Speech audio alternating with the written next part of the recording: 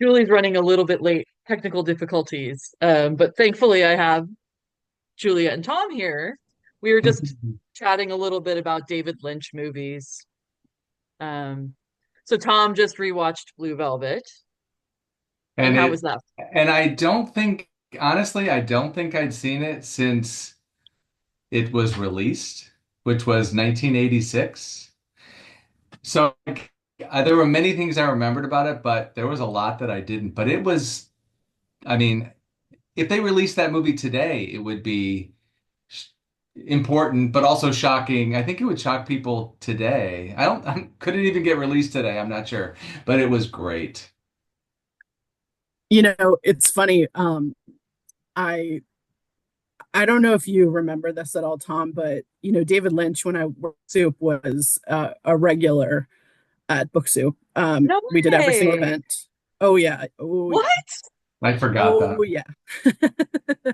So it was funny because, and we used to sell his coffee. He roasted his own coffee or like made his own Oh coffee. yeah.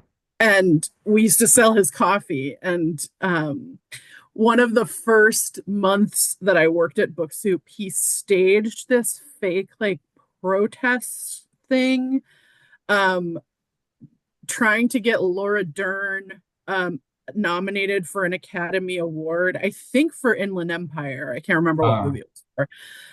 But it was across the street at the old Tower Records building on Sunset, and he had like a cow. It was Oh, I totally, remember. Yes, it yes. was I've so, just recently heard about that again. Like, yes, yes. Someone was, yes. It was and like the I early days of the of internet virality or whatever, right? Yeah. totally, it was probably 2006 or something like that. And I had just started working at Book Soup, but had moved to LA like a year before. And so it was like a real, like, okay, not in the small town I grew up in anymore.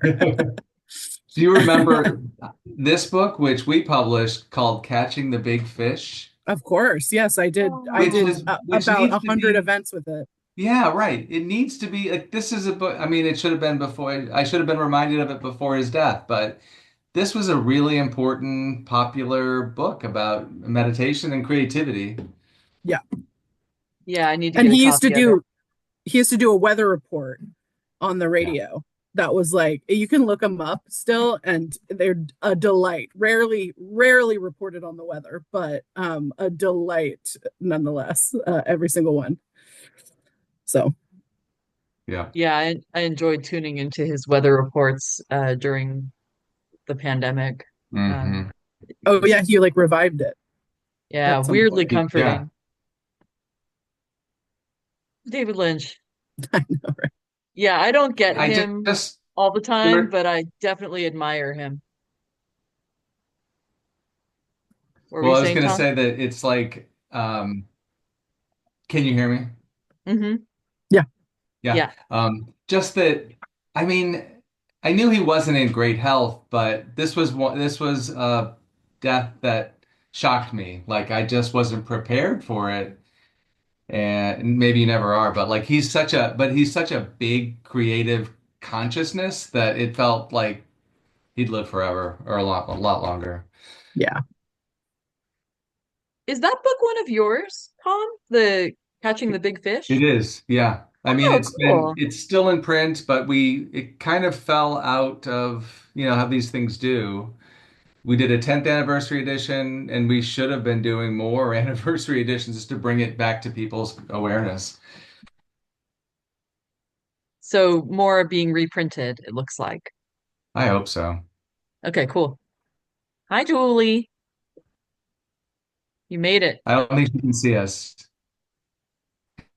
She can't hear We're, us, I think. we're over I don't know here. what's going on. I don't know what's happening. Julie We is were in a just Lynchian universe somewhere. yeah, I'm here, we I think. I don't know. Hi, everybody. we were just chatting about David Lynch. We should get started with books. We could Welcome, stay and talk Julie. about David Lynch. I'm okay with that. We did talk about one book, so Yeah, um including a book, yes.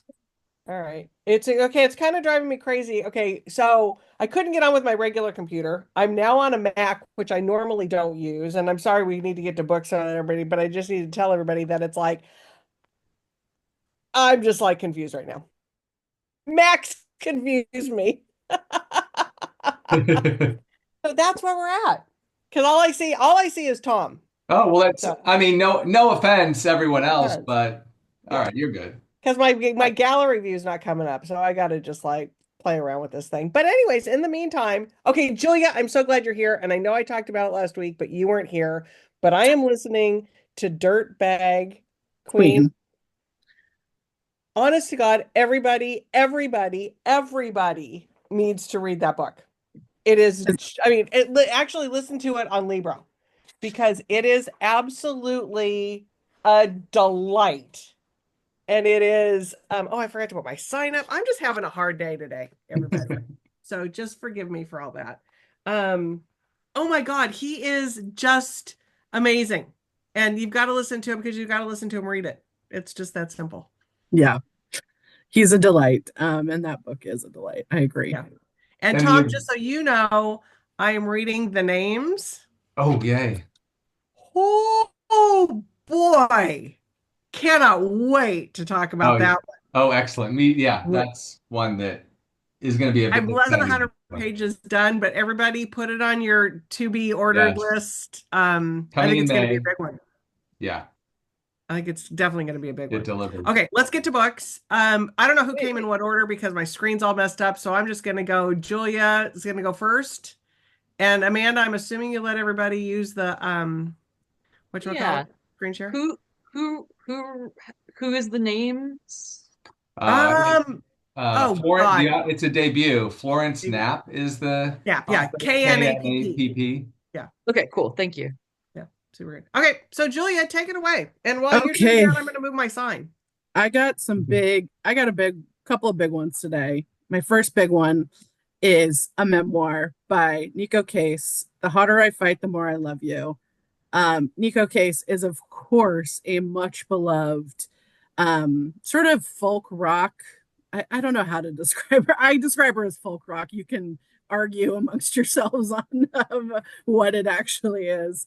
But this is her memoir. And you know what's so funny is like it's one of those memoirs that as I was reading it, and I'm a Nico Case fan, I've listened to a lot of her music. I'm not like she's not my number one, but I do really like her music. But as I was reading it, I sort of had a similar feeling that I did when I read Patti Smith's Just Kids, which is that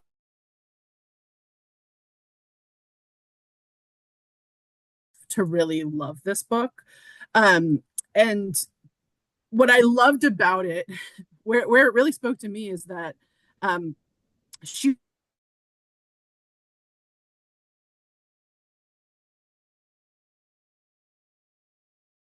and was often alone. And so made things up in her head and had to play by herself a lot of times. And the like interiority of her childhood, really, you see how it echoes into her music later in life. It is so stunningly well done. I had a hard time putting it down. And I just can't say enough good things about this book.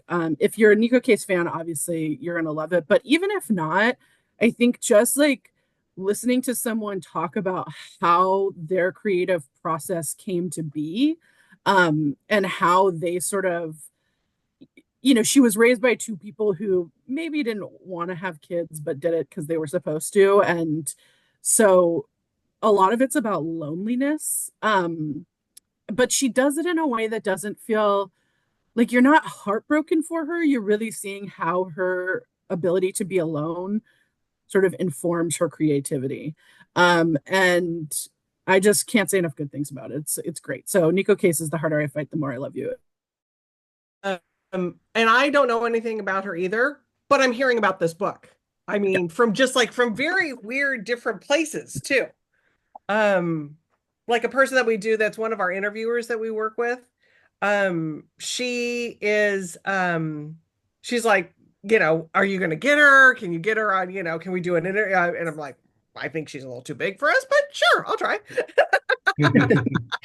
She's on a Why not? music tour while she does book tours. Yeah, I'm thinking that's not just like an easy get. Yeah. But stranger things have happened for Warwick, so you never know. But anyways, yeah, big book. I am a huge Nico Case fan, so I've been reading. I mean, and there was a great interview with her in the New York Times maybe a week or two ago about the book, and yeah, she's like I love. It is hard to describe what is her music. I mean, it is because it's that voice. For me, it's that voice, that voice. But I love her in the new. She's in the often in the band, the New Pornographers. Right. He's fantastic with them, but then solo. But you just know if you're a Nico Case fan, you know, or a great book. Yeah. She's that kind of So person. tell me, I'm curious. So when was her height of her popularity? She started in the 90s, the mid 90s. Okay. Was sort of that's when the New Pornographers were a band. Okay. Um, but I mean, I would say she's maybe at the height of her popularity. I mean, Right she's now. written so many great albums because she went solo then what, Tom, in the late 90s, early aughts, I Yeah, think. early aughts, I think. Yeah, has been writing just great album after great album ever Okay. since. So she's one of those people that's like a little bit underground, but not that Got underground. You know, Okay. like Right. All Which is right. kind of like the perfect kind of music artist for a book because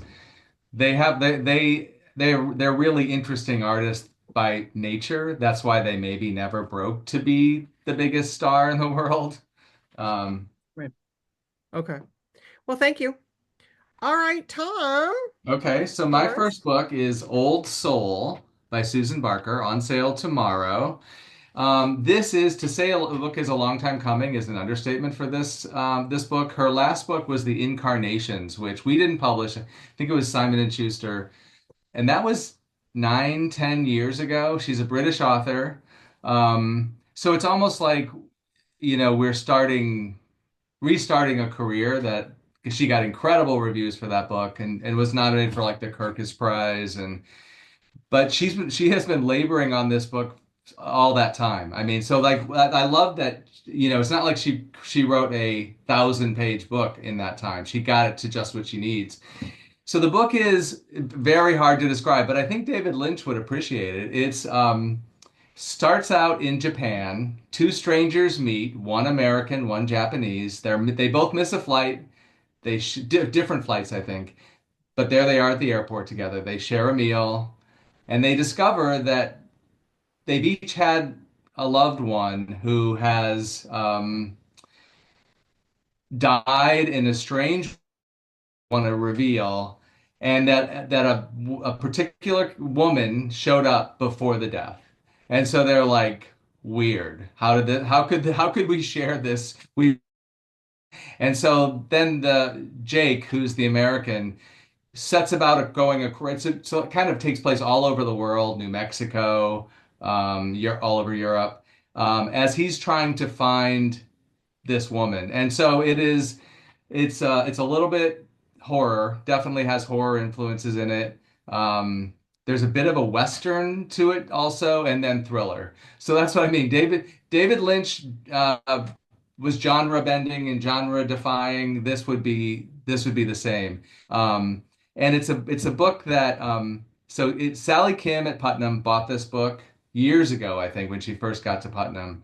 And now she has moved. It took so long for her to work on. She worked with her at Simon and Schuster, and then again at Putnam, and now she's at Hachette. But we love Sally Kim. She's a great editor, and she's really versatile too. And you really see that with this kind of book because I wouldn't have necessarily picked this out as a Sally Kim book, but uh, um, and this sense of unease and definitely have got this page turning quality to it. The LA Times reviewed it this weekend and described it as the main character. The reviewer said she's a compelling character who, and I don't want to say much more about her because that's part of the surprise.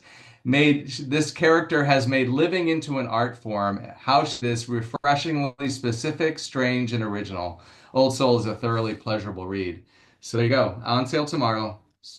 Old Soul. Love it. So this isn't her first novel, though. It's her Are you- second. It's her second novel. Yeah. So she There you worked, so, but literally like 10 years later, there's another novel, Okay. which is almost like in the publishing business, it's almost like a first novel. Like, Yeah, true. yeah. And especially if she's come from another publisher. I know. So it's like, this is new We to all of know, us. we know nothing about the previous book. There's no pass. There's no pass for this person. What are you talking about? Exactly. And Tom, I also wanted to say, I don't know if you saw a couple weeks for y'all where you're at. Did we talk about that a little bit? Everything's good with you? Oh yeah, thank you. Everything's good with me. Yeah. Okay. Um, And you're yeah. okay. Good. Very lucky.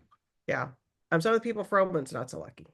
I know. Yeah. I know. I Really, mean, it's really- scary. It's been a scary time, but Really scary and really sad. Thank goodness for the rain, but now the mudslide. So if it's, I know. But the thank you. fires are But out. we'll take the rain to start with.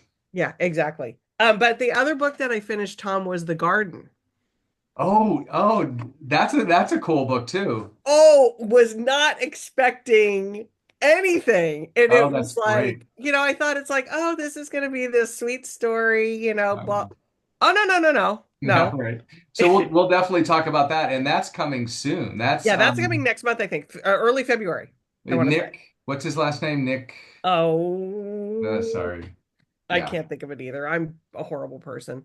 Newman. I'm the horrible person, not you, Julie. I should know It's- his name. It's Newman, and it's coming on February 18th. February 18th. Okay. And because it has Shirley Jackson-esque very much, Yes. but also Emily St. John Mandel. Oh, you're right. Yeah, I hadn't thought about that, but you're right. It Yeah. has a little bit of that to it because it's like, where are we going here, folks? Right. And it's kind of cool for Putnam to start the year with these books that are original, strange. Yeah. This is one of them, and That's then also- yeah. Garden. Yeah. So anyways, look forward to that. We'll talk about that in a couple weeks too. Yeah. Okay. Amanda, are you going to talk about a book? A little concerned my connection doesn't seem so secure, so I think I want to leave it to the experts in Okay. case something happens. I just wanted to mention though that Garden book looks really interesting, and it's being compared to John Wyndham, who was like a sci-fi writer. I think in the 50s he wrote the book The Day of the Triffids, which they made into right. I have heard of him. a weird strange movie, apocalyptic movie. So I just thought that was an interesting comp for that Garden book. Yeah. It doesn't It's really, it's not anything like you think it's going to be. Right. It's yeah, it just- looks really sweet. Yeah, Oh. right. Yes. cover. And that's why I put in my thing. It's like, do not let this cover fool you. Yeah, By don't any be means. fooled. Right. Do not be fooled by the cover. Kind of the same thing with the names, I have to say. Yes, yes. That's a That darker cover book. looks- That's a yeah. darker book than you might expect. The name. Yes, but you know me, I love my dark books. Okay, but going back to funny ones. So Kim, Randy Rainbow's Low Hanging Fruit. Okay, I love him. He got me through the pandemic with his singing. I tried to get it. He was on tour for that book, and I tried to like lure him to San Diego, but that didn't happen. But that's okay. But hopefully, if he's touring on his thing, maybe he'll do a book signing and come to San Diego and do that. Okay, Julia, rescue me. Okay.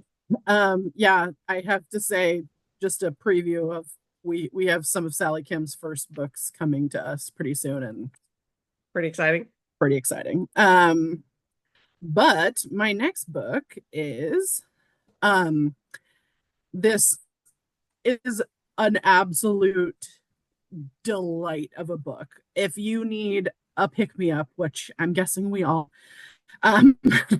Tartufo by Kira Jean Buxton, just an absolute, just so much fun.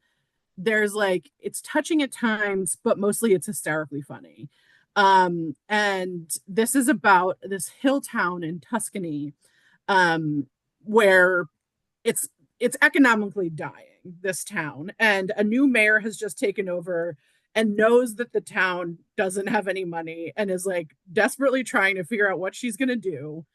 And you sort of get this like wonderful cast of Italian characters. And one of them is a man who his husband has recently died. And in his mourning, he is training a new truffle hunting puppy.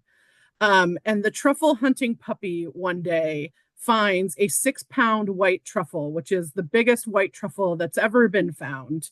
And if you don't know anything about white truffles, they have to be sold immediately. So there has to be an auction to sell this truffle immediately because they immediately start going bad once you harvest them.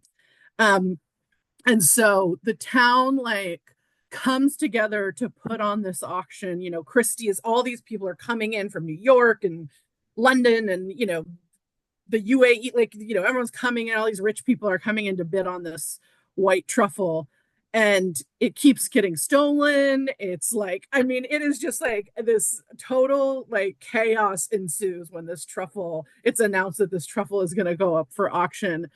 And it is just like, it's pure joy, this book. It is like all these characters and their intertwined like lives, and they're all in this Tuscan hill town and have like grown up there, so they've all known each other for a bajillion years.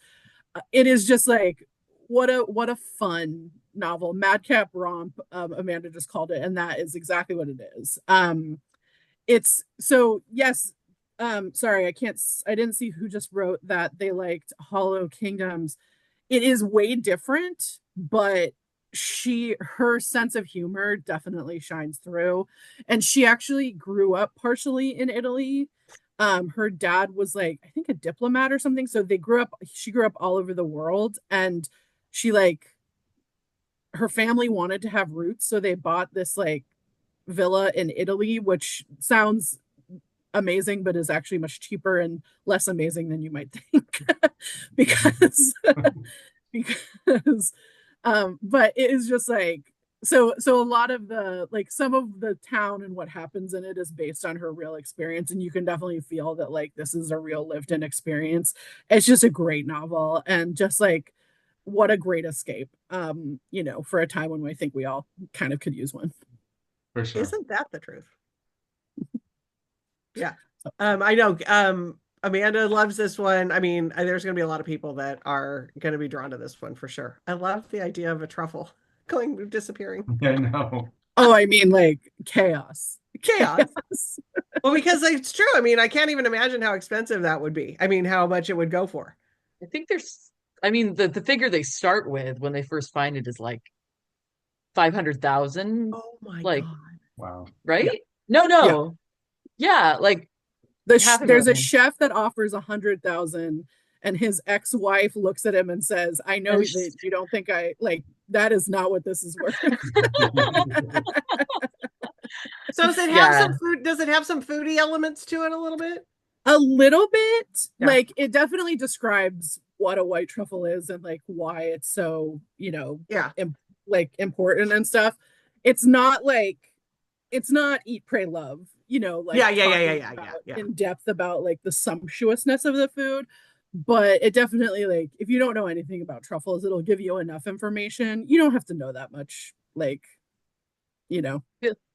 feel like the more it's sort of a foodie book in that it's more visceral, like sensually, when it's talking about like the truffle in the ground and the way the dogs sniff it out, and just the way it way gets that she plucked talks from the about ground. the way she talks about the way the author writes about nature and smells and visceral things. And I mean, there is some stuff in the kitchen. That's a great scene. Oh man, it's just so good. That sounds fantastic. It's fun. I do love the cover too. The cover is very appealing. It's a really good cover. All right, Tom, what's your next one? My next book is Jonathan Evison's The Heart of Winter. So Johnny Evison is indie bookstore favorite. I don't know if any or all of us at various times have had a drink with Jonathan Evison. I certainly have. A lot of booksellers have. He's a big personality, big, warm, lovable kind of personality. And he writes in different genres, different modes. He writes big historical novels that cover a lot, big, decades, centuries. And then he writes smaller, more intimate novels like this one, which keeps you guessing and keeps him fresh, I think, each time. So this is, I think, the third novel we've published. And it seems like it's the book that should be poised to get him to an even larger audience because it's about a marriage over the course of the entire marriage. So it takes you from their college days. So it's what are their names? Abe and Ruth. Takes you from their college days through their lives at becoming parents, raising kids, and now Ruth is in older age and she's become ill and needs to be taken care of by Abe. But you see the beauty and the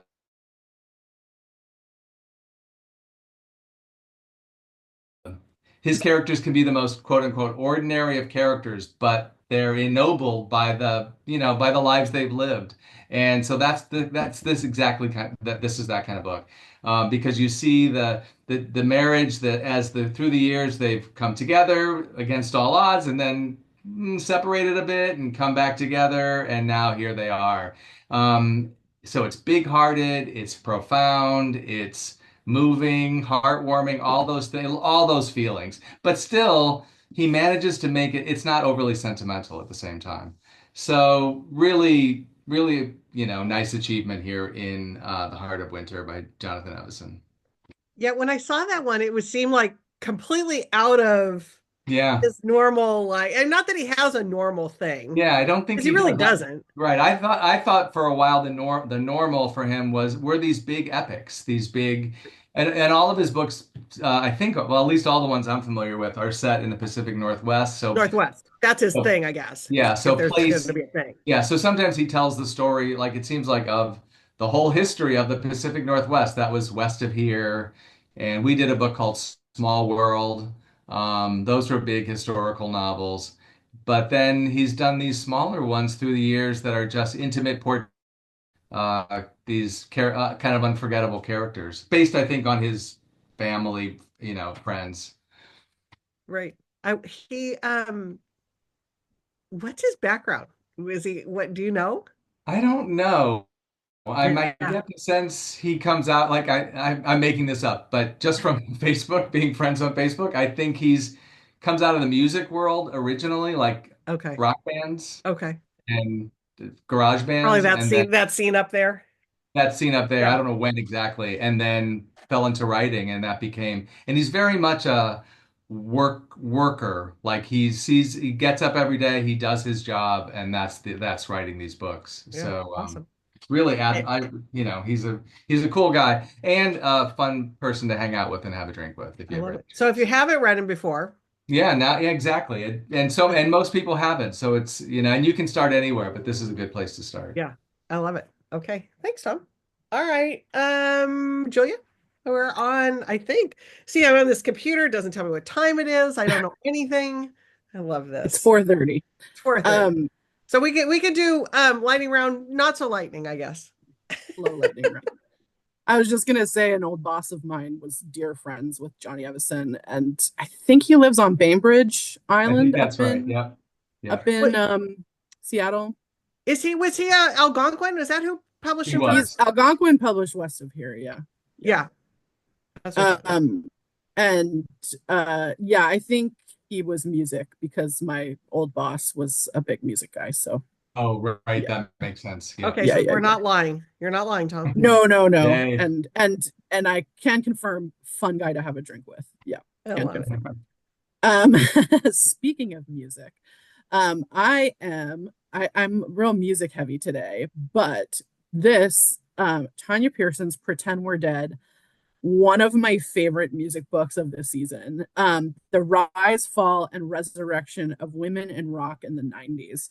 And what I love about this book so much is that it looks at how in the 90s, like, women in rock just absolutely exploded. In the 80s, in the 70s, you've got Heart, you've got the Go-Go's, you've got the Bangles, you've got some of these other bands. But it's not a huge amount. And it's like, you know, they're great bands. I mean, don't get me wrong, all those bands are amazing. But like you don't have them. It's like they talk in their own biographies about how much they struggled as women in the music business. And then you have this just explosion in the 90s.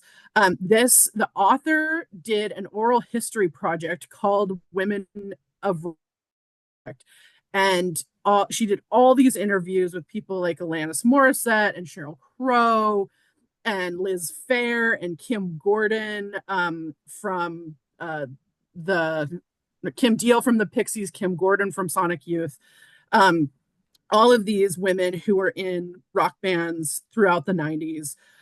She talks to Courtney Love and talking to them about sort of like the support they got from the record industry, which was unprecedented at the time.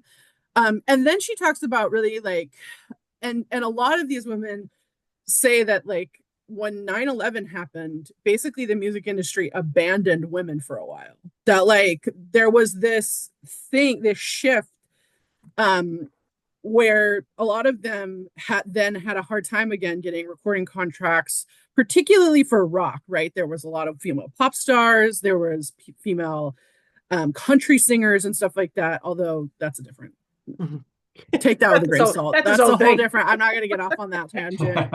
That's a discussion for another day. But a lot of them sort of got abandoned by record companies and have built their way back, or through the strength of nostalgia, sort of had comebacks in recent years. But it's just a phenomenal book. Obviously, like this is my era. I was a teenager when a lot of these bands were huge, so I have a real connection to them. But I think no matter when you what kind of a fan you are, if you are interested in sort of women in professions or in things in areas that have been so male dominated for so long, this is such a good book to think about sort of what those spaces look like and what they looked like to those women and what they sort of they could be hostile even when they were being welcomed with open arms. And so it's a phenomenal book. Amazing. Will it make us angry? Yes. Yay, as it should. As it should. That's the question. It's like, oh man, it's just so frustrating. It is, yes, of course. But also hope and like just even looking at and sometimes you think about bands that you've missed or things that you were like, oh my God, I didn't even know how cool this band was or whatever. Like, yeah, I just knew that song and I didn't know how great their backstory was. So you get all that stuff too. And another great cover. Love the cover. Another really good cover. Because ever doing the design covers over your all places doing some good work. Yeah, I agree. Okay, Tom. Okay, so my last book is not a new book, and I'm going to tell a story on myself. Embarrassing as a rep, but okay. But it has a happy ending. Hopefully, soon to have a happy ending. Okay.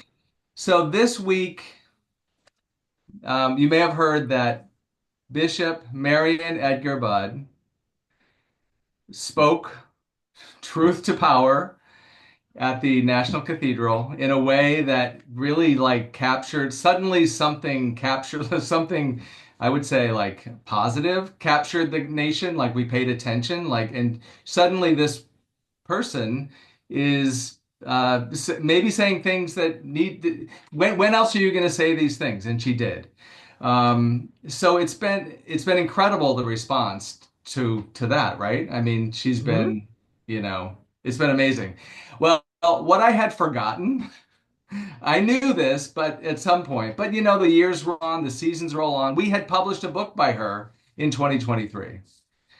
I found this out after the speech. I mean, I knew it, but then we move on. It didn't set the world on fire in 2023, but it's setting the world on fire now. So this is a very bad, I couldn't get my printer to work, but you get the idea.